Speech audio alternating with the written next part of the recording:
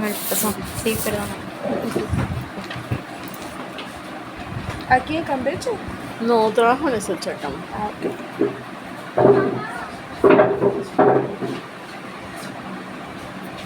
¿En primaria? Primaria y preescolar. Primaria, pues.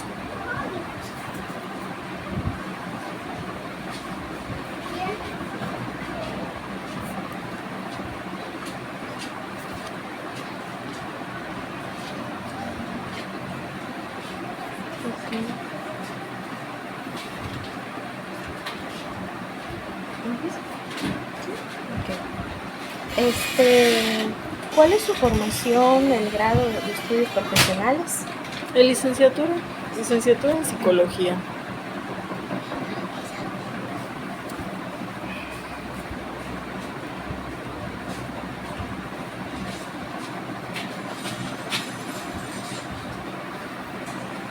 ¿En la UAC? En la UAC, Sí. plan de estudios, 5 años. Sí. Era primera generación, 5.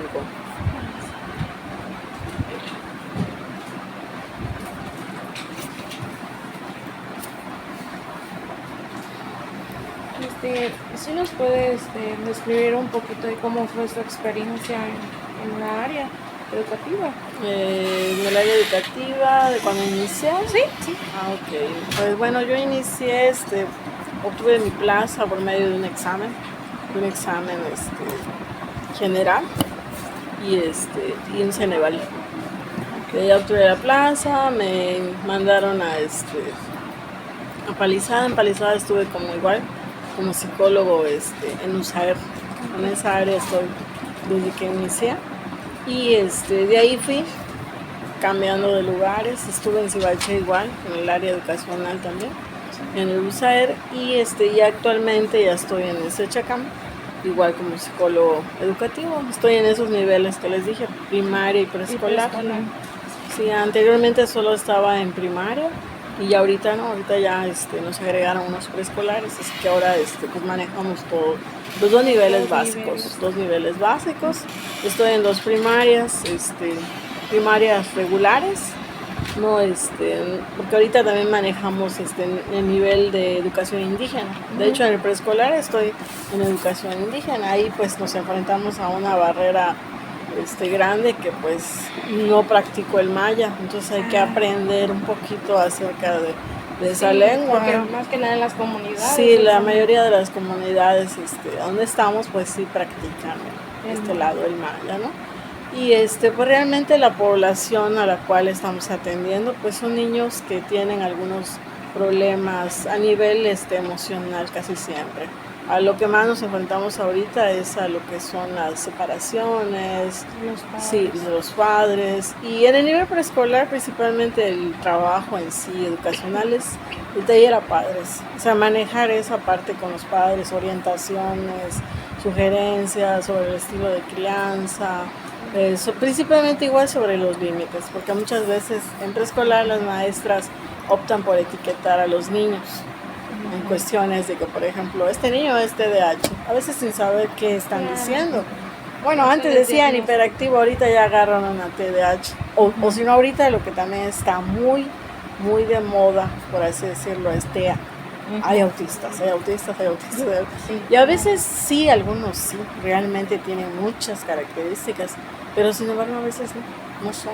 Ahorita me llegó un diagnóstico que así como de crisis convulsiva, ¿no? O sea, el niño queda pasmado, tiene 3 años, está en primero, tiene 3 años, y le dan crisis de espasmos, o sea, se queda parado y no le da un ataque epiléptico como tal, pero simplemente no reacciona. Claro. Empieza a gritar como un berrinche y se queda estático y ahí se traba y simplemente no reacciona. Entonces su madre se da cuenta, empieza a observarlo y ya lo canaliza a un área de salud. Del área de salud lo canaliza a un área ya específica para que le hagan un diagnóstico, porque al final de cuentas pues en educación nosotros no diagnosticamos, aunque nos digan denme un diagnóstico, yo no le puedo dar un diagnóstico porque no soy médico. Yo puedo revisar las características educativas, todo lo que ellos tienen, pero no les puedo dar. Entonces se hace la canalización y ya le dan un diagnóstico a la señora, ¿no? Y pues esos son a grandes rasgos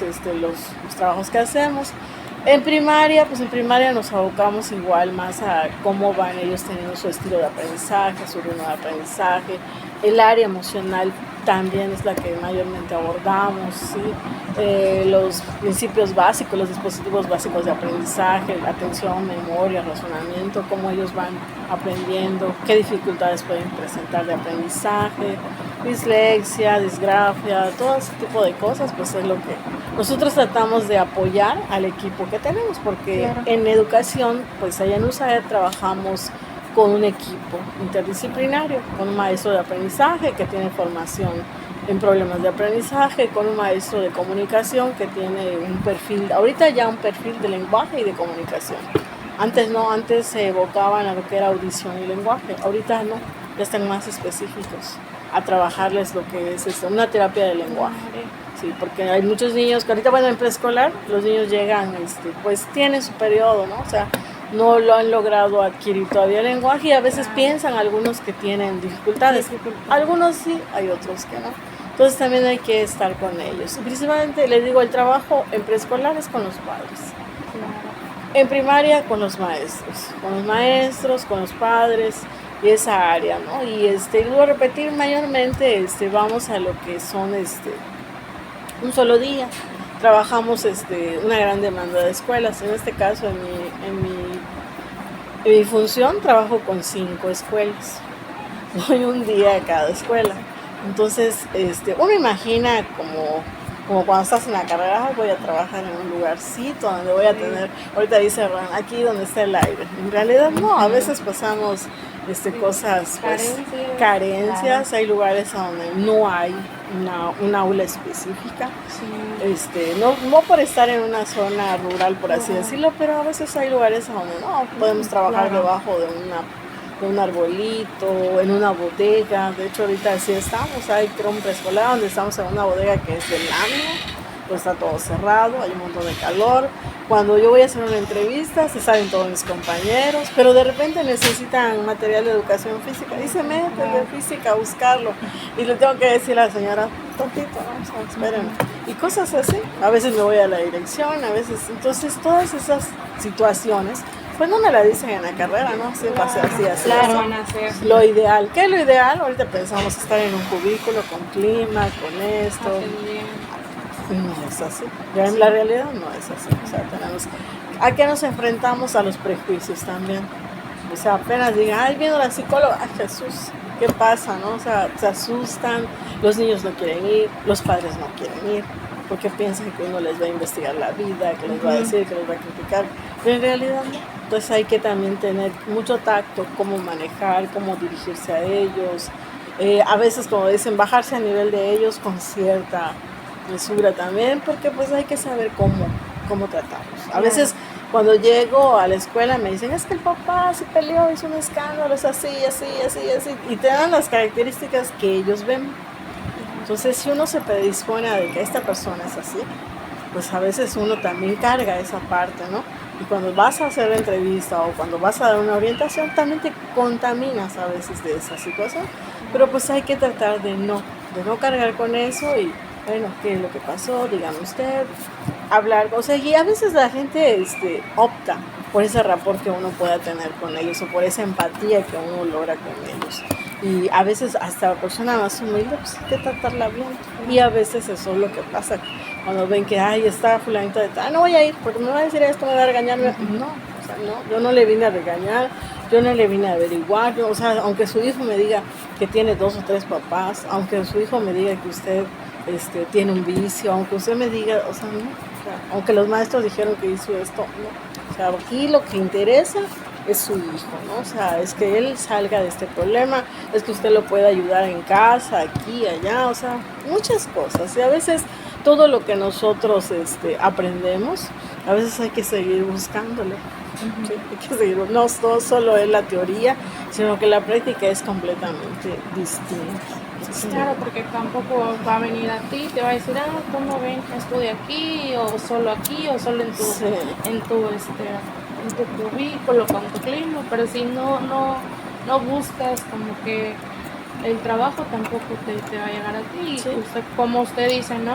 O sea, en mi caso personal, así es mi hermana, es trabajadora social. Y así como dices, él no solo una escuela lleva 8.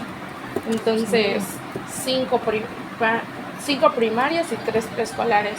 Y es ir de pueblito en pueblito. Sí. Y hay algunos que no hay señal, hay algunas que se tiene que ir en lancha, porque pues así es la única posibilidad de llegar. Sí. Y pues como es tu centro de trabajo, no puedes decir, no quiero. No quiero Porque ir, pues es sí. trabajo que te toca. Es un trabajo. Y a veces sí te enfrentas a otras cosas que dices, bueno, o sea, el que es más humilde es distinto, ¿no? Y el que tiene más, o sea, a veces se niegan por completo, o sea, ¿no? Y le digo, está bien, está en su derecho, o sea, si no quiere la atención, porque a veces no quieren la atención, aunque estén viendo que están en un problema, aunque estén viendo que está sufriendo su hijo, prefieren sacarlo de la escuela y llevárselo a otra comunidad, a otro lugar, para tapar, ¿no? O sea, pero no se puede, o sea, no se puede. Y entonces ahí es donde también tenemos que saber hasta dónde y cómo nosotros podemos intervenir, ¿no? O sea, tenemos protocolos de acción, en la educación hay muchos protocolos de protección, de cómo trabajar el abuso sexual, de cómo trabajar alguna situación de casa, de divorcio, o sea, qué instituciones se debe dirigir uno, o sea, qué es los pasos, porque ahora sí que ahí sí es una receta de cocina, o sea, qué tengo que hacer, qué no tengo que hacer, a quién le dijo el niño, porque a veces cuando, pues en las escuelas, a veces sí lo logran decir, ¿no? O sea, de que me tocaron, me hicieron esto, me hicieron otro, o me expusieron a tal cosa. Entonces, a veces sí, a veces no. O sea, a veces tú lo ves y tú indagas, dices, o sea, sientes que algo pasó, pero los niños no lo verbalizan. O sea, solo por encima, solo por percepción, tú lo visualizas, el maestro, la maestra. Los padres lo denotan, pero no lo dicen tal cual. Entonces, aunque tú quieras apoyar a esa persona, a esa familia, no puedes. No puedes porque también hay un límite. O sea, si tú te involucras, también hay otras situaciones, tanto jurídicas, familiares, etcétera, etcétera. Hay muchas, ¿no? Tuvimos un caso así, o sea, la niña hacía abiertamente, ya era una muchachita de sexto, estaba en sexto, y abiertamente lo dijo, o sea, que un tío la tocaba y esto. Las maestras les dieron unas sugerencias así de cuando se acerca a ti le echas chile y te corres o haces. Mandamos a buscar a la madre, se le dijo, o sea, todo lo que su hija, delante de su hija, todo lo que... La señora lo tomó así como que era algo normal, permitido, o sea, ¿no? Sí, lo voy a ver en mi casa. A los 3 días regresó, yo no estaba. Cuando ella regresa le dice a mis compañeras, sí, ya lo solucionamos, lo solucioné mi familia y ya, o sea, no hay otras instancias, no es un delito, no es nada para ellos, y entonces no denuncian. ¿Qué fue lo que nosotros hicimos, la dirección y todo? Bueno, ahora levante usted con su puño y letra, que ya se le dio a conocer, que ya lo sabe, que nosotros también sabemos, y que usted asume las responsabilidades y consecuencias, está de acuerdo a lo que le pueda pasar. Sí. Salió del sexo hace antes de la pandemia. Ahorita ya tienes una niña o un niño de unos 3 o 4 años. O sea, al final de cuentas, a lo mejor no fue el tío, o sea, se buscó un novio o algo, pero ya despertó. Y era una niña de 11, 12, sexto. Entonces, todas esas cosas son las situaciones que podemos ver. Tanto en una comunidad así como Exechacán, Pomuch, porque yo voy a Pomuch, estoy en Exechacán, estoy en Pogbó, estoy en Segnú, o sea, no estoy en un solo lugar, hasta eso. Cuando dicen, va psicóloga de educación a una zona rural, piensas que solo vas a Exechacán, y no es cierto. No, tenemos que, así como tu hermano, no tenemos que trasladarnos a diferentes lugares, en diferentes comunidades, donde no hay señal, no hay los servicios, no hay esto, no hay lo otro, pero pues hay que saber cómo hacerla, ¿no? O sea, cómo ingeniarnos. Algo que igual era muy característico, por ejemplo, antes de que empezara la pandemia, en nosotros los psicólogos, tal vez porque venimos, la mayoría es de Campeche y va a las zonas, yo era muy común de andar con gel. Mi otro compañero igual, pero mi otro compañero es un poco más meticuloso. porque él le sacaba un gel, se lavaba las manos, hacían muchos rituales, ¿no? Y lo vacilaban siempre. Y nosotros sí. Pero yo le decía, ¿por qué hacemos eso? Porque trabajamos con muchos niños. Claro. Y la mayoría de los niños tienen gripa. Le digo, y entonces antes de que empiecen a trabajar, no era algo así, ay, no quiero que me toques. No, claro. Sino algo por higiene, o sea, por el bien del mío y tuyo, ¿no? O sea, le echábamos su gel o le mandábamos a lavar las manos y todo. Y a veces porque después de recreo les toca la atención, vienen con comida, vienen con esto y se quedó, ¿no? Entonces es algo que también uno tiene que tener de manera personal, se va formando según a donde esté. Y eso también hay que aclarárselo a los padres porque a veces ellos no lo comprenden. ¿Por qué va a entrar a trabajar con la psicóloga? ¿Qué va a hacer si mi hijo no está loco? Es lo primero que dice. Señora, lo van a pasar a tal área. Porque no, ¿cómo hace posible que en mi familia no existe esto? No es eso. Entonces, esa es una de las prioridades que casi siempre atendemos con iniciando el ciclo escolar. O sea, de que hay las diferentes áreas, nos presentamos, somos del USAER, somos de apoyo, somos esto, hay una maestra que está fijo, nosotros venimos un día determinado, pero si hay alguna situación, usted recurre a la maestra, cuando yo venga, pues les apoyamos y de hecho a veces pues con el celular o con todo eso también manejamos la atención por alguna situación, pues hay que hacerlo, ¿no? Pero pues sí, es un trabajo bonito, cansado a veces. Ahorita igual me tocó un caso, una señora, llegó un viejito, un abuelito, que se murió su nieto. El nieto es un muchacho, pero le afecta al niño de la primaria, porque la mamá está mal y el abuelito está mal. Entonces el abuelito llega a pedirle ayuda. Tenía 3 semanas que había muerto el muchacho. Un muchacho, si lo vemos como dice su mamá, yo le dije, no, él fue feliz, es lo único que a usted le debe de llenar ahorita. Sé que su dolor yo no lo puedo sentir, sé que su dolor yo no se lo puedo quitar en un momento, le digo, y sé que tiene que llorar y está sufriendo.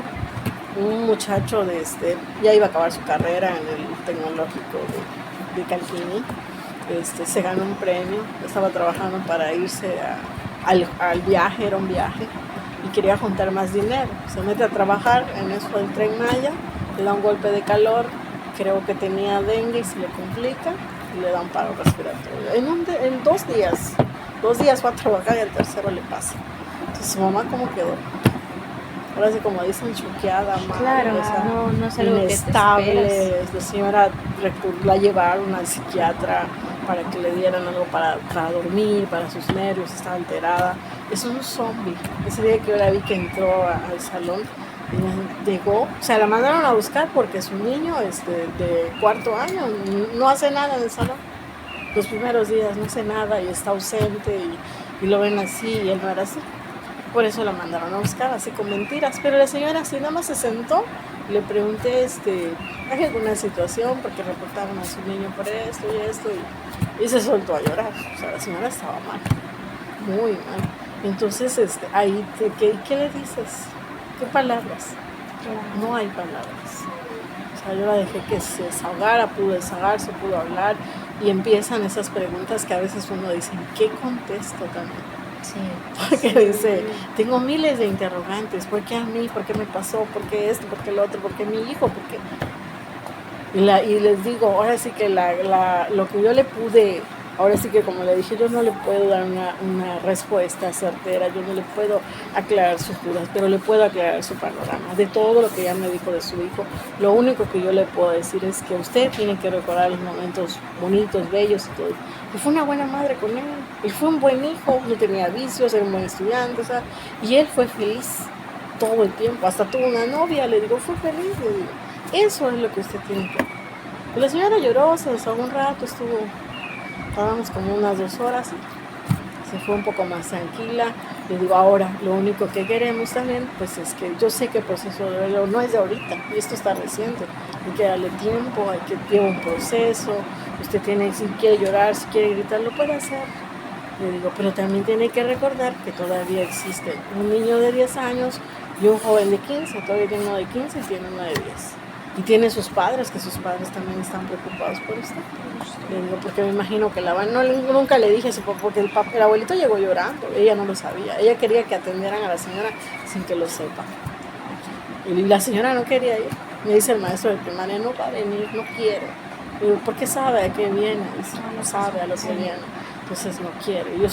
Es lógico, no podemos abrir la herida así, estarle raspando y raspando, y porque es peor el dolor. Claro. Entonces, igual le digo, ahorita vamos a ver cómo avanza, le digo, qué cambios puede tener ella para apoyar a su hijo que está en primaria y ver si hay algún cambio y todo. De todos modos hay que trabajar pues con él, a ver también su etapa de duelo, porque él como pequeño pues también lo está viviendo y también él no entiende, él vivió el proceso pero pues no entiende, si uno como madre no lo entiende, digo, un niño más pequeño mucho menos. Sí.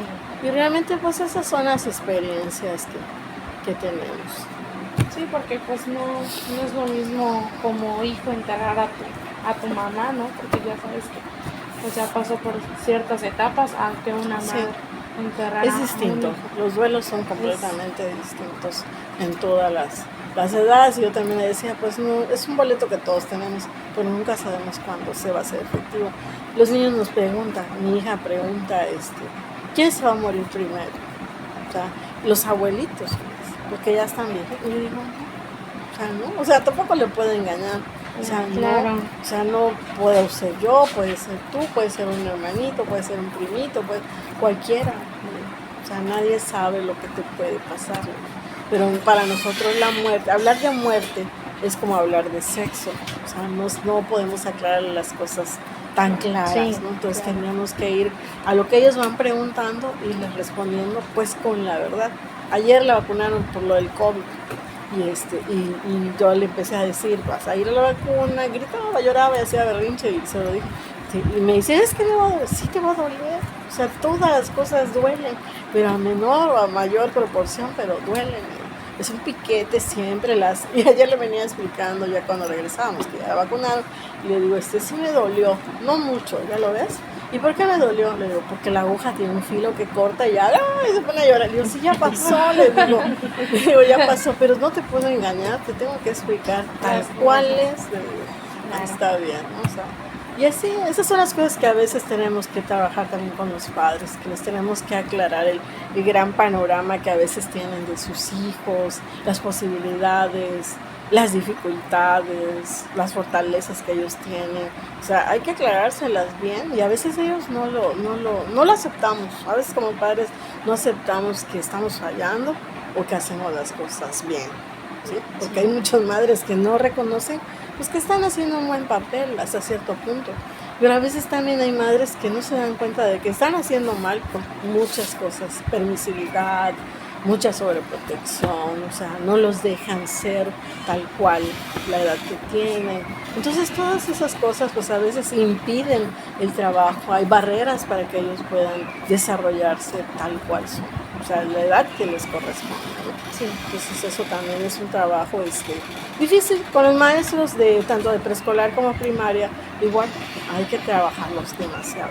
A veces cuando llega el equipo de USAER, a veces no, nosotros somos de apoyo, pero ellos a veces, hay quienes sí lo aceptan y hay quienes no. Porque como todos, a veces no te gusta que revisen lo que tú haces. Y por ejemplo, tanto psicólogo como aprendizaje como comunicación, a veces trabajamos dentro del aula, no en un aula de apoyo. A veces sí, hay casos que sí, pero a veces no. O sea, tenemos que estar adentro y no les gusta que revisemos qué es lo que ellos están haciendo. Sí. Sí.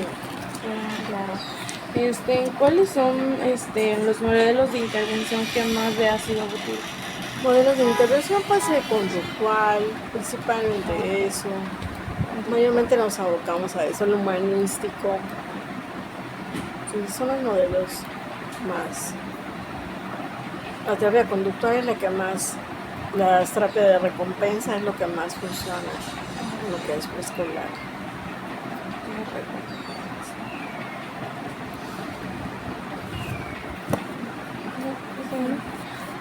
Los padres de familia o tutores, ¿cómo se integran para llevar a cabo el modelo de intervención utilizado?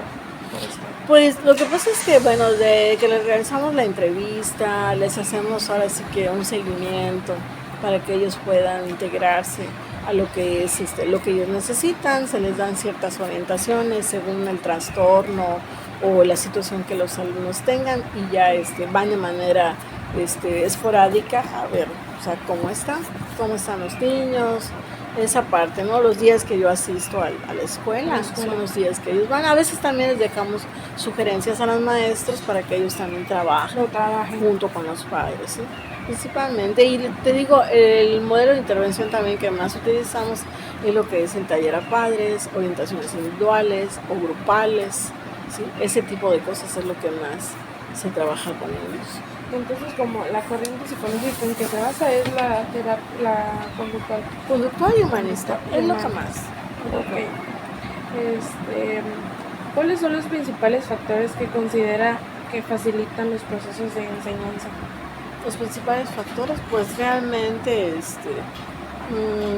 la situación que ellos tengan como familia, interviene mucho la estabilidad que ellos tengan de manera emocional, ¿no? Y a veces hasta económica, ¿sí? El factor ambiente, el contexto que ellos se desenvuelven. A veces hay familias que puedan tener carencias, pero si ellos trabajan en conjunto, se sienten unidos, a pesar de que, bueno, a lo mejor se sientan a comer solo frijol y huevo, pero lo comen con gusto, saben que tienen esa situación, conocen su ambiente, lo hacen de manera... Yo tenía un padre de familia que me llamaba la atención, que limpiaba en las calles, era del ayuntamiento, eventual, y limpiaba, y luego al rato lo veía reciclando, y al rato lo veía vendiendo, si hay naranjas, si hay tal cosa en su casa, lo vende, y su esposa vendía tal cosa en su casa, y hacían panes, y hacían dulces, y sus niñas siempre iban bien en la escuela, o sea, bien en el sentido de que van arregladas, van aseadas,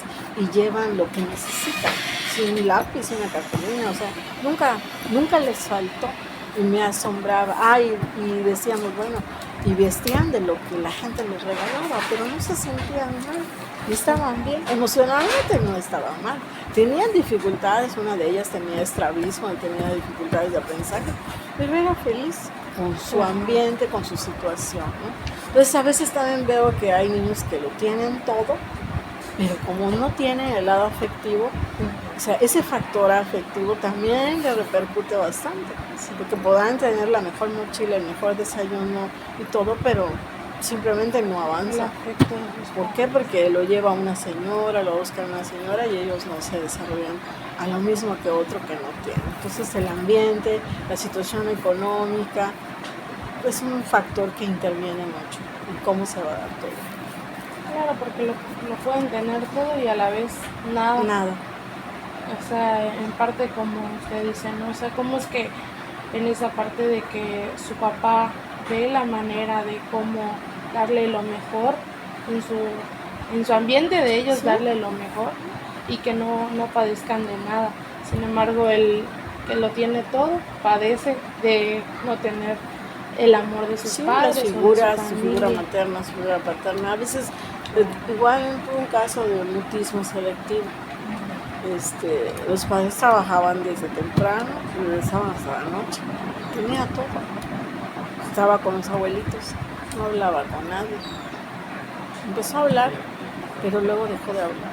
Y le preguntaban por qué, ella está muy inteligente, muy esto, pero ¿qué era? Que sus padres nunca estaban. Y los días que estaban sábados y domingos, pues tampoco.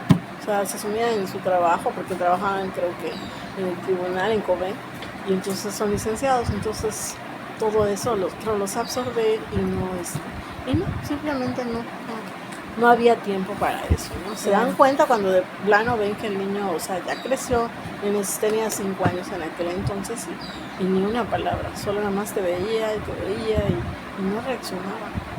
Entonces es difícil a veces el ambiente que piensas tú que está estable porque tienes comida, techo y todas las comodidades, pero eso no hace que a veces un niño se desarrolle adecuadamente o sea feliz, o sea competente. Claro. ¿Y cuáles serían los factores que obstaculizan ese proceso de aprendizaje hacia los niños? El prejuicio, sí, la poca, ahora sí que la falta de atención, sí, una falta de atención en ellos.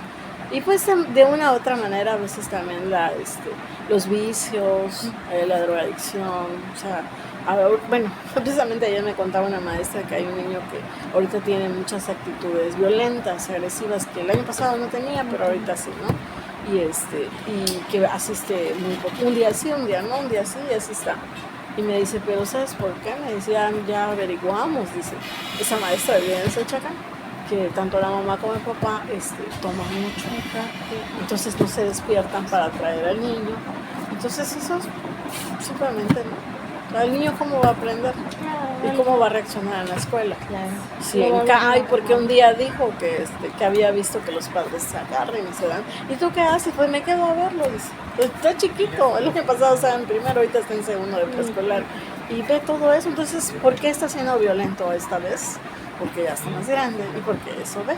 Claro. Violencia doméstica. Violencia doméstica. Entonces, todas esas cosas, pues, son factores que simplemente no van a ayudar a que un niño, pues, tenga un proceso de aprendizaje adecuado. O sea, de plano. Tenía otro niño así. La señora nada más se dedicaba a cuidar a su esposo. Llevó al niño, lo dejaba que se vaya solo. Un año en primer grado de primaria y se iba solo.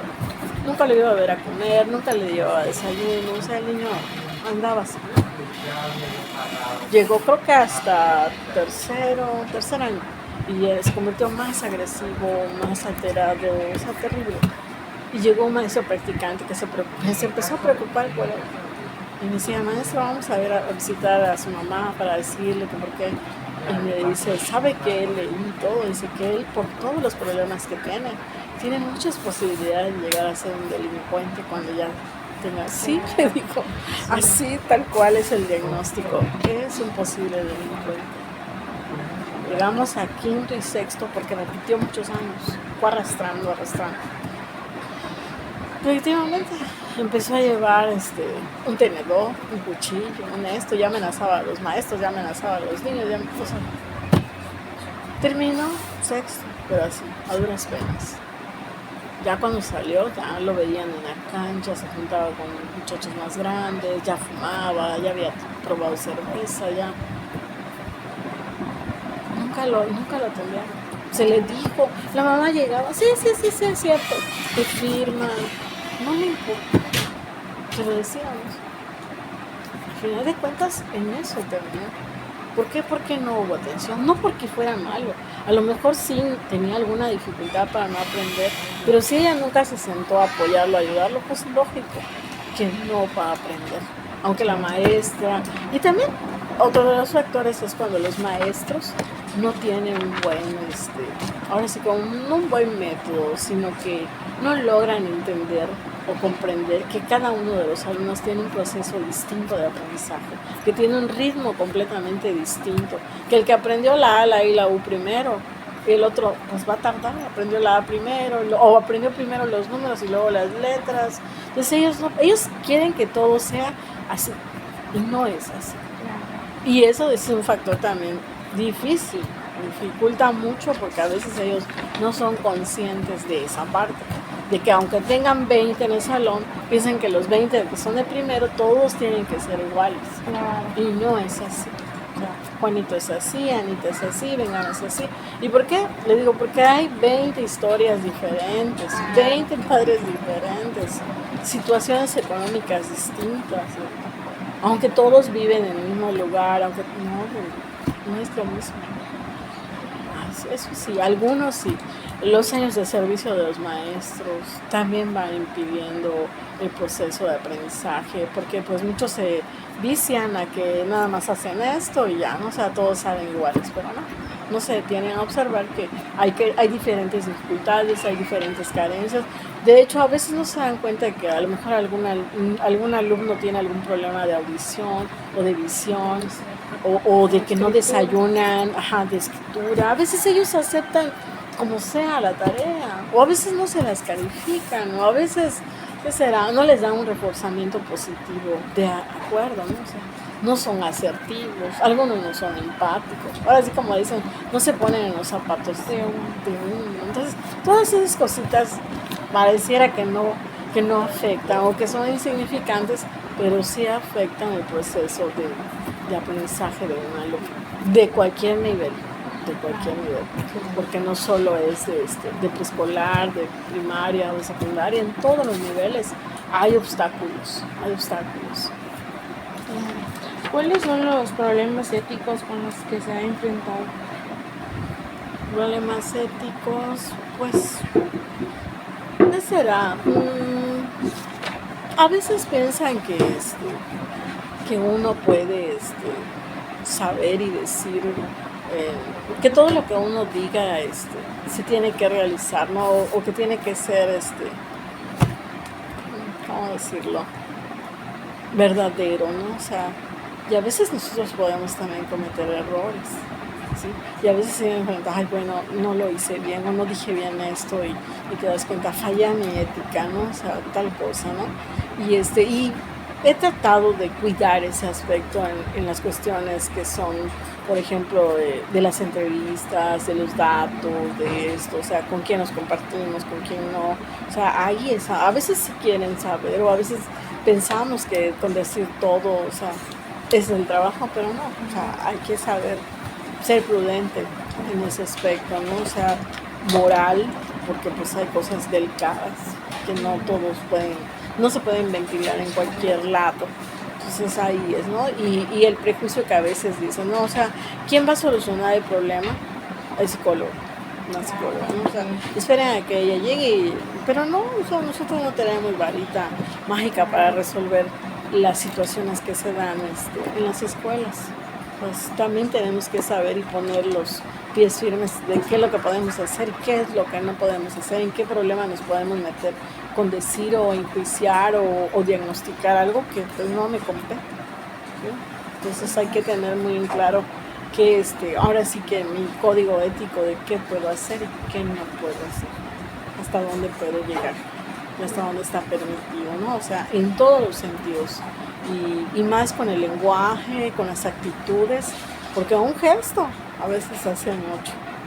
Y una palabra a veces daña más. Entonces, a veces no tengo que insultar sin hacer sentir mal a alguien. O a veces no tengo que decir nada con hacerlo sentir bien. Con el hecho de que yo llegue o yo le pueda dar una palmadita o le dé algo, o sea, se sienten bien. Como A dicen, veces, un hecho vale, sí, vale más sí, que 1000 palabras. o sea, a veces llevo mi cajita de stickers, ¿no? O sea, no necesito llevar un dulce o a veces sí, una galleta. O no trajiste tal cosa, te dicen. Y ellos se sienten bien por algo tan insignificante que les des, ¿no? O sea, eso cuenta. O a veces con el hecho de que ellos buscan el afecto. Muchos niños se acercan a que los abraces, pero a veces también hay que saber cómo. ¿Y dónde? Entonces todo eso hay que cuidar en ese aspecto. Okay. ¿Cuáles han sido sus funciones que son asignadas y por quiénes? Funciones. Bueno, en realidad en el área educacional, o sea, nosotros funcionamos como psicólogo, o sea, como psicóloga en el área. No, ¿quién nos designa? Pues el director que tenemos. ¿Sí? Cuando nosotros llegamos al servicio, pues hay un director, ese director, cada ciclo escolar nos da una asignación a qué escuelas vamos a ir. En el servicio donde yo estoy hay 10 escuelas. ¿Sí? Entonces, yo tengo 5, el otro psicólogo tiene 5 y así las compartimos. O sea, no. Otras funciones uno las va agarrando, ¿no? O sea, depende de dónde estés, en una primaria o en un preescolar, pues a veces te dan funciones de qué será, de apoyar en un bailable, o sea, cosas así. Pero realmente mi función, pues solo es el área de psicología, orientando, apoyando, interviniendo, pero básicamente es eso. Que a veces te vuelves todólogo porque estás allá, si sabes esto, si sabes hacer lo otro y puedes apoyar, o sea, pero también hay que saber hasta dónde puedo apoyar. Claro, a ver, luego dice, ¿cuáles son las funciones que debería o desearía ejercer de que depende en el futuro para que pueda ejercerlas? Funciones. ¿Me la repites? Sí, dice, ¿cuáles son las funciones que debería o desearía ejercer usted como en un futuro? Como en un futuro sí he querido ser, podría ser director. Esa es otra de las funciones, o sea, tener otro grado de estudios, estudiar una maestría, podría ser, a proyectar a futuro. Dice, ¿qué tipo de actividades realiza y con quiénes? Luego de enunciarlas, detalla aproximadamente qué porcentaje de su carga, o sea, en su horario de trabajo, cómo es que lo tiene manejado en cuanto a, nos dijo que tiene 5 escuelas, cómo es que divide cada una de las escuelas, si por día de la semana o por horas. Un día de la semana está designado, o sea, diario voy a una escuela, los lunes voy a un preescolar, los martes voy a una primaria, según la situación que tenga ahorita actualmente. Antes no, ahorita sí puedo rotar, porque por ejemplo a veces si fui el lunes a esta escuela y sucedió algo y no terminé de trabajar o intervenir o no llegó la mamá o esto, pues hasta dentro de una semana regreso. Entonces, pero si de esa semana, por ejemplo, hay un día inhábil, pues no voy a ir. Entonces hasta dentro de 15 días. Y esta vez fue que tuvimos la reunión técnica, se le sugirió al director, o sea, de que cuando suceda alguna situación así, pues podamos rotar o mover los días designados, porque es un día asignado a tal escuela. Los horarios son, en el preescolar yo entro a las 8:30, salimos a las 12:30. En la primaria no, en la primaria entramos a las 8, salimos a la 1, en el horario matutino. Ese es el horario designado. Atendemos a los niños de 8 a antes de receso, que es 10:30 de la mañana, y después de 11 a lo que es 12:30. Porque a veces de 12:30 a 1 atendemos a los padres de familia que llegan por alguna situación o si tenemos a alguien citado. Mi horario también, a veces las maestras que están fijas, las maestras de aprendizaje, a veces ellas también lo pueden mover en cuestiones de atención, porque a veces que llegó alguien dentro de la semana y solicitó el servicio y pues le vamos a hacer el espacio para que puedas atender a la mamá de 9 a 11 o de 9 a 10, bueno, y lo colocan ellas y ya cuando llego yo ajusto y mi horario es flexible, por así decirlo. No puedo tener un horario a veces tan estipulado. Sí, lo designo en atención. A veces lo designo por medio de las características de los alumnos. Por ejemplo, si tengo muchos alumnos de conducta, pues van en este subgrupo. Si tengo muchos alumnos de trabajar, que será autoestima y todo, que son más reservados y no los puedo tener en un grupo, pues van en este horario y trato de juntar, a veces por grados, a veces no, depende de cuántos tenga en cada grado, porque eso también, o sea, no es solo un grado, o sea, manejamos en preescolar de primero a tercero y en primarias de primero a sexto, entonces pues son diferentes edades, o sea, todo eso tengo que ver para que yo pueda ahora sí que agendar mis horarios de atención. Claro. ¿Cuántos? Realiza reuniones con directivos, con docentes, con padres. ¿Cuál es su objetivo? Pues el objetivo siempre ha sido sensibilizar, o sea, sensibilizar, ahora sí que la función de nosotros, para qué estamos allá, trabajar con ellos diferentes temas, que por ejemplo ahorita va a llegar una niña que tiene diferentes discapacidades, múltiples discapacidades por así decirlo. Tiene microcefalia, tiene hipoacusia, tiene parálisis cerebral y desafortunadamente quiere entrar al preescolar, o sea, su mamá la quiere meter. Ya no alcanza la edad, ya tiene 6 años, pero la mamá solo quiere que la niña escuche, porque nada más escucha un poco el ambiente que hay, que ella observe, porque si ve a los niños, porque no tiene contacto con ellos. Me dice Aranzazu, y tiene silla de ruedas, y entonces ella no va a ocupar otra silla, no, va a tercero de preescolar porque ya está grande. Y ¿qué tenemos que hacer? Los maestros no saben, hay que documentarlos, hay que sensibilizarlos, hay que actualizarlos, hay que hacer todas esas actividades con ellos, darles sugerencias, que se van a hacer rampas, los ajustes arquitectónicos que hay que hacer a la escuela, el trabajo con los padres de la comunidad, porque muchos, aunque la vean así, aunque ellos sepan que no tiene, o sea, que tiene ciertas características, pero a veces piensan que eso se contagia. Entonces hay que sensibilizar a los padres para que ellos acepten la inclusión de una alumna con ese tipo de características. Ahorita, en este año, fíjate que llegaron varios niños con discapacidad. En otros ciclos casi no he tenido. Llegó un TEA, un autismo, a una comunidad que tiene hipoacusia, no tiene formado una de las orejitas, grave, severa, no grave.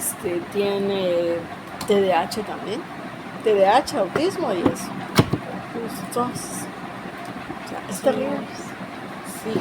En otras de las preguntas es ¿cómo interviene frente a las problemáticas individuales y grupales de los alumnos? Pues de manera individualizada, tratamos de hacerlo de manera oportuna, ahora sí que con mucha empatía, con asertividad, porque pues hay que manejar las problemáticas. O sea, a veces hay distintas, así como hace rato les platiqué, o sea, hay que ver mucho esa parte, ¿no? Y la disponibilidad y aceptación que tengan los padres, primero que nada, de la situación. O sea, eso hay que darles de conocimiento y de consentimiento. De hecho, al iniciar el ciclo, tenemos que hacer cartas compromiso de si ellos aceptan el servicio o no, porque si no, no se puede atender. Hay muchos padres que se niegan que no se atiendan sus hijos porque pues no quieren, o sea, no quieren que conozcan a veces el origen de la situación o les da pena o simplemente no van a hacer nada de lo que tú les sugieras. Sí. ¿Qué herramientas utiliza para evaluar? Pues mira, aquí en educación, lo que es la secretaría, no tenemos así una batería de pruebas, por así decirlo, o sea, no contamos con eso, ¿no? Entonces, ¿qué hacemos? Nosotros trabajamos básicamente con lo proyectivo. A veces tenemos que hacer préstamos, por ejemplo, si vamos a hacer alguna escala de inteligencia, prestar un WIS, prestar un WISE, o sea, porque no hay, un RIAS tampoco hay. Esas son las que comúnmente usamos. ¿Y qué más trabajamos? Proyección. O sea, nos vamos a figura humana, nos vamos a vender, que es lo más accesible. Que sí, de nuestro bolsillo tiene que salir a veces comprar una batería, comprar un instrumento de evaluación, sí, porque también tenemos que hacer. A veces cuando realmente el problema lo requiere. ¿Sí? Entonces usamos más las cosas más sencillas, escalas, ¿sí? Inventarios, cosas que podemos tener más a la mano y que a veces hay que para que ellos también para que nosotros podamos también intervenir, hacer un plan de intervención, tenemos que checar primero qué discapacidad tiene y tener un diagnóstico médico. De ahí tenemos que partir, ¿sí? De las características que ellos tengan. ¿A quién o a quiénes se les informa acerca de lo evaluado? Primero que nada a los padres, ¿sí? A los padres, a los maestros que están con nosotros. ¿Y a quién les realiza lo que es la devolución? O sea, ya de lo evaluado. ¿De la devolución? Sí. ¿A quién se lo realiza? Sí. Yo digo a los padres de familia. Okay. ¿En qué momento? ¿Cuando ya se les da el diagnóstico o cuando hay como que una alerta o se da el dato? Primero hacen la detección las maestras, ¿no? O sea, ahorita, por ejemplo, estamos en el proceso de detección. Las maestras están observando, ellas todavía están aplicando su evaluación diagnóstica, tanto en primaria como en preescolar, y de ahí empiezan a observar qué niños pues en estas situaciones no están alcanzando lo ideal de acuerdo a la edad. Entonces ya una vez que ellos hacen eso, te canalizan al área de aprendizaje. Y el área de aprendizaje canaliza, ¿no? Sabes que hay algunos alumnos que pueden requerir de cierta evaluación, observación, chécalo si son de aquí, y también si hay que hacer una canalización a otras especialidades, un psiquiatra, a ir a neurología o algún estudio, enseguida también se les pone. Se les hace la hoja de canalización y se les otorga a los padres de familia, eso sí va directo a los padres, se les informa. Claro. ¿Efectúa seguimiento de los casos problema? ¿Efectúa seguimiento de los casos problema? Sí. Después de que se hace ¿Con qué frecuencia? Lo hacemos cada trimestre. Okay. Sí. Hacemos un seguimiento. Después de que nosotros hacemos la valoración, si ellos van a requerir de lo que es una evaluación psicopedagógica, todo lo que hay que hacer igual en ese proceso, si se les va a hacer su instrumento de DUA, un diseño universal de aprendizaje, también se les hace. Eso es lo que ahorita estamos manejando en educación especial para hacer los ajustes y ellos puedan acceder a los contenidos de su área y de su nivel. Entonces se hace todo ese proceso, y dentro de esa evaluación y ese instrumento hay un seguimiento. Tenemos que tener el seguimiento con la problemática que ellos tienen. ¿Qué otros agentes o actores sociales participan en ese seguimiento? Todos los de mi equipo interdisciplinario, trabajo social, si requiere de comunicación, aprendizaje, el maestro de grupo, el director, si el maestro de educación física, o sea, todos en conjunto. El padre de familia también tiene, en lo que es la evaluación psicopedagógica y el DUA, también están ellos presentes. De hecho, ellos también firman el documento, están de acuerdo y conocen de la situación del alumno, de lo que se va a realizar. ¿En qué situaciones deriva usted el problema para su análisis o intervención a otros psicólogos o profesionales externos o a otras instituciones? Cuando veo que no, por ejemplo, lo que es algo, ya un trastorno más específico que no se puede manejar de educación, que está sobrepasando ya, ¿qué será? El área personal, ¿sí? El área emocional, que está sobrellevando más allá de que ya no podemos manejarlo. Por ejemplo, la ansiedad. O sea, la ansiedad se puede trabajar de manera conductual en el aula, pero necesita que lo atienda un psiquiatra, o sea, deriva a otra. Un TDAH necesita que tenga un medicamento, aparte de las otras terapias, pero igual. Claro. Entonces, cuando veo que ya no logramos hacerlo solo de manera educativa, sí hay que derivar, hay que hacer la canalización.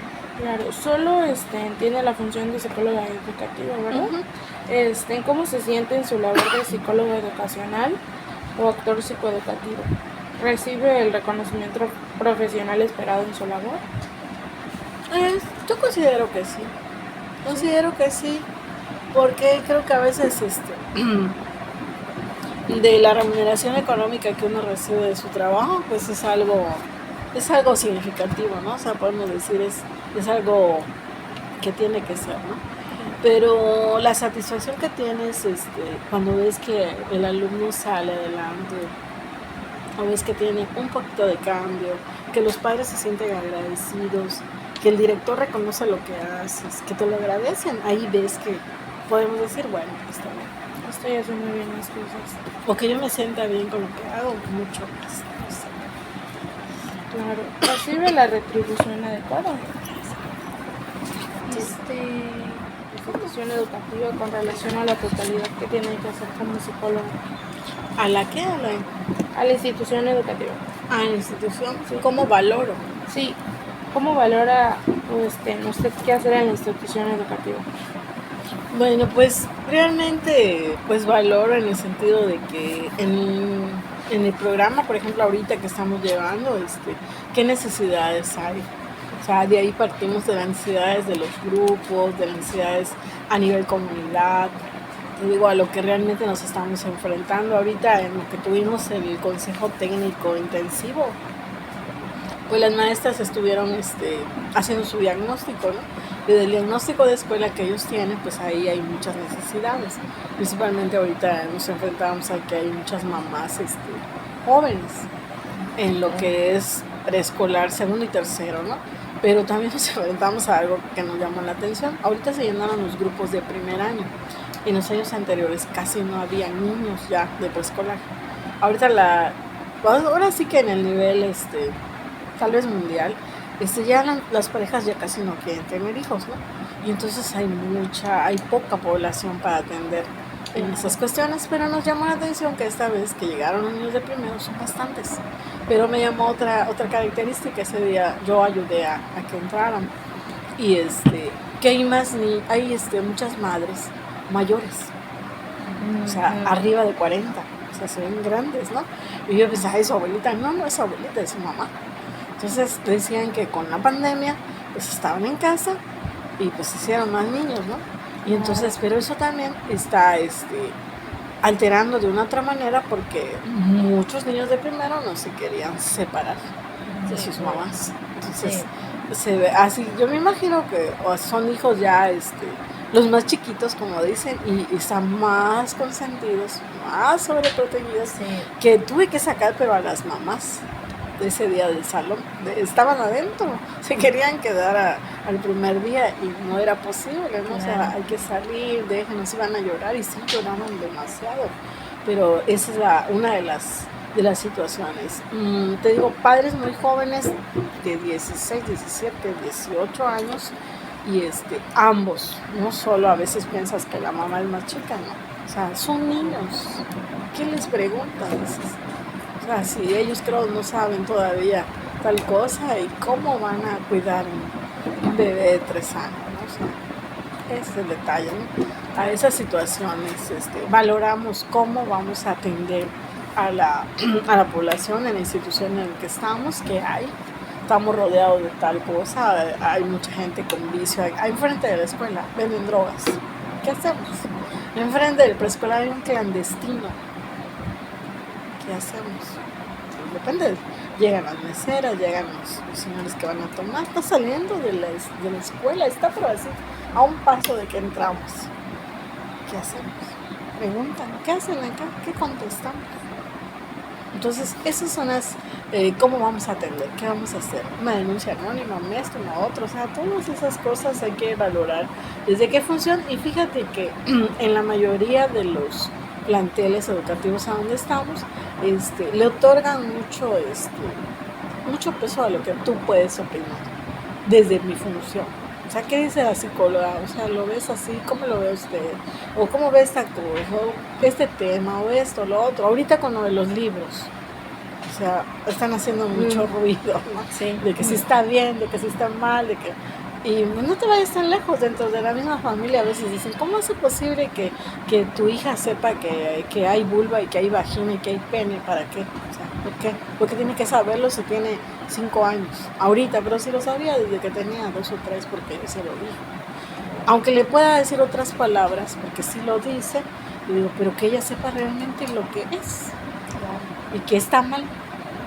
Personas de más edad, aunque tengan estudios o aunque no los tengan, me dicen, está mal, está muy mal lo que le estás diciendo. Y digo, no está mal. O sea, no está mal que desde preescolar hablemos de esto. Y que se meten a acechar a los niños, ¿por qué? Porque quieren saber que tiene una niña, es lógico.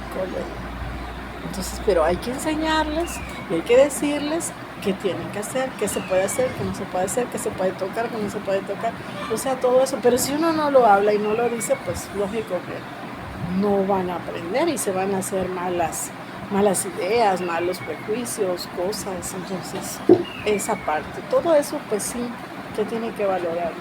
Claro. ¿Cuál es su preferencia personal con relación al ámbito laboral para desempeñarse? Preferencia personal, ¿en qué aspecto? O sea, En cómo ves su actividad profesional en el sistema educativo futuro. Considero que debería de tener más demanda, aparentemente debería tener más demanda. O sea, como dicen, lo han anunciado mucho, debería haber un psicólogo por cada escuela. O sea, que Sí. nada más estés allá, que Sí. no te muevas de aquí para allá. Fijo. Sí, fijo. Tal vez como una institución de salud que tenga su... Y por ejemplo, en una institución de salud a veces hay un psicólogo 2 por turno, o sea, uno atiende en la mañana y el otro a la tarde. Pero te imaginas la población que hay en un hospital, o sea, también es bastante, ¿no? Hablamos, por ejemplo, en un preescolar de 70, cuando me canalizan 10, nada más voy una semana, un día a la semana. ¿A cuántos puedo atender? De 9 de la mañana, porque en realidad el horario en un preescolar es de 9 a 12. Si de 9 a 10 atiendo una mamá y de 11 a 12 no los voy a atender unos 3 niños, ¿cuándo voy a atender a todos los niños? A veces nuestra carga a la semana, a veces decimos, ¿cuánto? 10 en cada escuela, son 50 a la semana. Cuando vamos a hacer reportes, son 50 reportes, 50 evaluaciones, y no estamos atendiendo a la población que se necesita, porque deberían ser más. Pero nos rezagamos, o sea, nos deshacemos de muchos porque no nos podemos cargar tampoco de tantos casos. O sea, tenemos que sacar prioridades. Por ejemplo, ahorita, ¿quiénes van a ser mis prioridades? Todos los que tienen trastorno de cajón tienen que ir. O sea, ya sea para atención a padres o ya sea de atención individual, ya sea para que trabajemos con su maestro de grupo o ya sea que trabajemos con toda la comunidad, hay que tener trabajo, aunque no lo requieran, porque a veces hay niños que también tienen un trastorno, pero no requieren. Tuvimos un TEA hace tiempo que solo requería de lenguaje, no requería de más nada. Su mamá estaba bien, su familia estaba bien, él estaba bien, tenía contacto social, o sea, afectivamente estaba bien. Su problema solo era su lenguaje, nada más. Pero tenía esa etiqueta grande, es un TEA, no es un autista. Participa en el diseño e implementación de proyectos, estrategias o líneas de acción en función de las problemáticas definidas. Sí, participamos, le dan mucho peso a lo que se vaya a trabajar. A veces dicen, ya pusimos otra acción, pero es para psicología o para USAID, o vamos a trabajar sobre esto. Sí, trabajamos en eso. ¿Nos puede relatar una experiencia que haya sido significativa para su trabajo como psicólogo educacional en la escuela en el marco de un proyecto? Por ejemplo, ¿qué será? Trabajamos hubo un grupo que decíamos, bueno, ese grupo de plano, o sea, ya pasaron 2, 3 maestros y no buscábamos qué hacer con ellos, porque no había respuesta ni de ellos ni de los padres, para nada, ¿no? Entonces se hizo un proyecto con ellos, trabajar lo que es la afectividad y los valores, porque pues como que los padres también, ¿no? O sea, no tenían valores de nada, o sea, los llevaban a la escuela y hay que se queden a ver qué hacen, y esos niños eran demasiado irrespetuosos, irresponsables, groseros, o sea, terriblemente, ¿no? Y afortunadamente después de tener creo que 2 o 3 maestros, porque tuvieron varios cambios de maestro en ese mismo grado, eso tampoco les favorecía. Y entonces fue que se implementó ese trabajo con ellos, ¿sí? Hacer el proyecto de lo que era reconstruyendo mis valores, porque al final de cuentas yo me imagino que ellos tenían algo, ¿no? Y no quisimos enfocarnos a lo que era enseñar, sino reconstruir, ¿no? Y empezar ahora sí que de lo que ellos tenían, de lo poquito que veíamos, y hacerlo, ¿no? Participaron los maestros en conjunto, porque tú pasabas junto a ellos y ellos no te daban buenos días, buenas tardes, o te respetaban. Si te podían empujar, te empujaban, si te podían pisar, te pisaban. Le tiraban sus cosas al maestro, le hacían tontera y media. Y los padres eran lo mismo. Llegaban a hablar con el maestro a insultos, a gritos, a esto. Entonces, ellos qué era lo que aprendían, el mismo modelo que tenían. Entonces, se trabajó, te digo, en esa parte de enseñarles, de que ellos aprendieran, de que se pusieran en el zapato de los otros, de cómo se sentían, de hacerlos sentir, ahora sí que evidenciarles tal cual eras todo. Una vez los grabamos para que se vieran, porque no es lo mismo hacer que verte, qué es lo que estás haciendo. Entonces vete cómo eres en realidad. Ya estaban ellos ya habían arrastrado primero, segundo y tercero. Iban a pasar de tercero a cuarto. Y luego a las mamás. O sea, no es posible que ustedes, ya siendo mujeres de 20 y tantos años, de 30, se comporten de esa forma, no respeten ni al director, ni a los maestros y todo en conjunto, en sus casas. ¿Cómo son sus casas? O sea, todo. O sea, habían niños que llegaban sucios y veías a su mamá igual. O sea, niños que la comida, o sea, no los atendían, o sea, todos esos aspectos. Y de todos esos también había niños que estaban ausentes por completo. Porque había niños que nadie los veía. O sea, tenían casa, pero los padres estaban en sus cosas. Y nadie, él solito. Yo digo, ¿y tú cocinas? Sí, yo prendo mi fogón, hago mi tortilla, hago mi huevo, ¿Y quién ve tu tarea? Nadie. ¿Y cómo le haces? Pues pregunto, los que quieren salir adelante.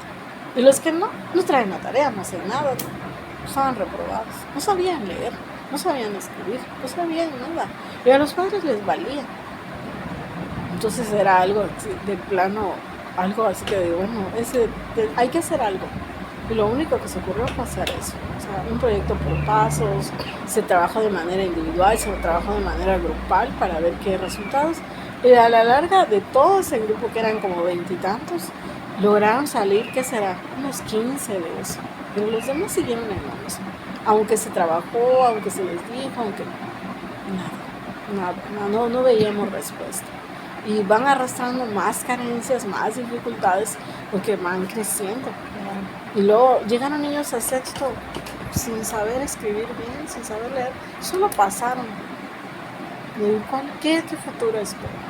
Y por más que se les decía a las madres, ellas a veces ahorita como ahora, lo único que logran o cuál es el objetivo que ellas tienen de que sus hijos estén en una escuela, es una beca. Porque actualmente, por tener un hijo en la escuela, tienen una beca, tienen un recurso. Entonces, para nada más para eso quieren a sus hijos en una escuela, por obtener algo económico, pero no por el beneficio de que ellos se eduquen, conozcan, crezcan. ¿Existe algún conocimiento en la institución en general de los proyectos o estrategias en las que trabaja como psicólogo educacional? Lo repito de nuevo. Dice, ¿existe conocimiento en la institución en general de los proyectos o estrategias en las que trabaja como psicólogo educacional? Sí, eso se tiene que dar reconocimiento. Otra que dice, ¿de qué manera, mediante qué mecanismos o en qué espacios se lleva a cabo la difusión del proyecto o estrategias entre los distintos actores institucionales? Pues en los espacios del consejo, ¿no? O sea, tenemos las reuniones, tenemos consejos técnicos, ahí se hace la elaboración y todo. La difusión, pues por lo regular lo hacemos en los periódicos murales, entregamos dípticos también, ahí se hace. Ahorita se han pegado lonas para hacer la difusión de lo que se va a hacer como proyecto escolar. ¿Los alumnos conocen las propuestas que se dirigen a ellos? A veces sí, principalmente con los más grandes, ¿no? Con los más grandes sí. ¿Y cuánto y cómo considera que lo aprovechan y siente que son convocados a participar? ¿Qué será? A veces un 50%, porque a veces no todos también están disponibles. Sí, un 50%. Ok, ¿considera que el proyecto o estrategias en la que trabaja como psicólogo educacional cuenta con visibilidad dentro de la escuela, en particular entre los docentes? Sí, considero que sí. Si tuviera que ubicar prioritariamente su trabajo como psicólogo educacional o actor psicoeducativo en alguna de las siguientes líneas, ¿dónde lo ubicaría y por qué? ¿Cómo que dónde lo ubicaría? Sí, me refiero a que, por ejemplo, así como trabaja como psicólogo educativo, ¿dónde le gustaría como que tener una fuente de trabajo? En otra área. En otra área, sí. Tal vez en secundarias. En secundarias no hay psicólogos. O sea, llega a usar como apoyo, a veces, no en todas. Pero así como una función o como una intervención o como un agente educativo ya algo estable, en secundarias no, casi no hay. Antes había una área que decían de orientación educativa y lo manejaba a veces trabajo social o otro tipo de asesores, pero no ahí sí podría ser un lugar de acción, una secundaria. Pues una secundaria, un hospital. En los hospitales igual sí hay ciertas áreas. De hecho hay un USAER que trabaja en lo que es el área donde está el área de cáncer. Entonces trabajan con los niños. Esa sería una opción. ¿Cuál es el objetivo de la psicología educativa? ¿Cuál es el objetivo?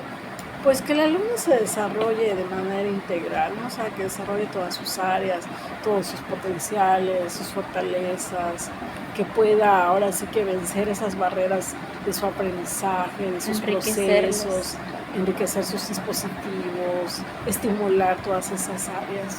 Considero que esa es la función, básicamente, ¿no? O sea, el objetivo que debe de alcanzar. Y pues nosotros tenemos que conocer todo, o sea, tanto planes nuevos, programas, o sea, a veces estamos terminando de revisar uno cuando ya entramos a otro, como ahorita, ¿no? O sea, claro, vemos que algunas situaciones son similares y se pueden manejar. Por ejemplo, en preescolar ya trabajaban ellas por proyectos, trabajaban por situaciones didácticas. Para ellas no va a ser algo tan nuevo. Para los que se les va a dificultar mucho son a los maestros de primaria, de secundaria. ¿Por qué? Porque ellos no trabajaban de esa forma. Claro. Entonces, sí, ahí hay que conocer de todo, de todos los planes y programas, de todos los objetivos, todas esas partes. Hay que seguir investigando, estudiando y actualizándonos siempre. Sí. Bueno, pues esto sería todo por nosotros. En verdad queremos agradecerle pues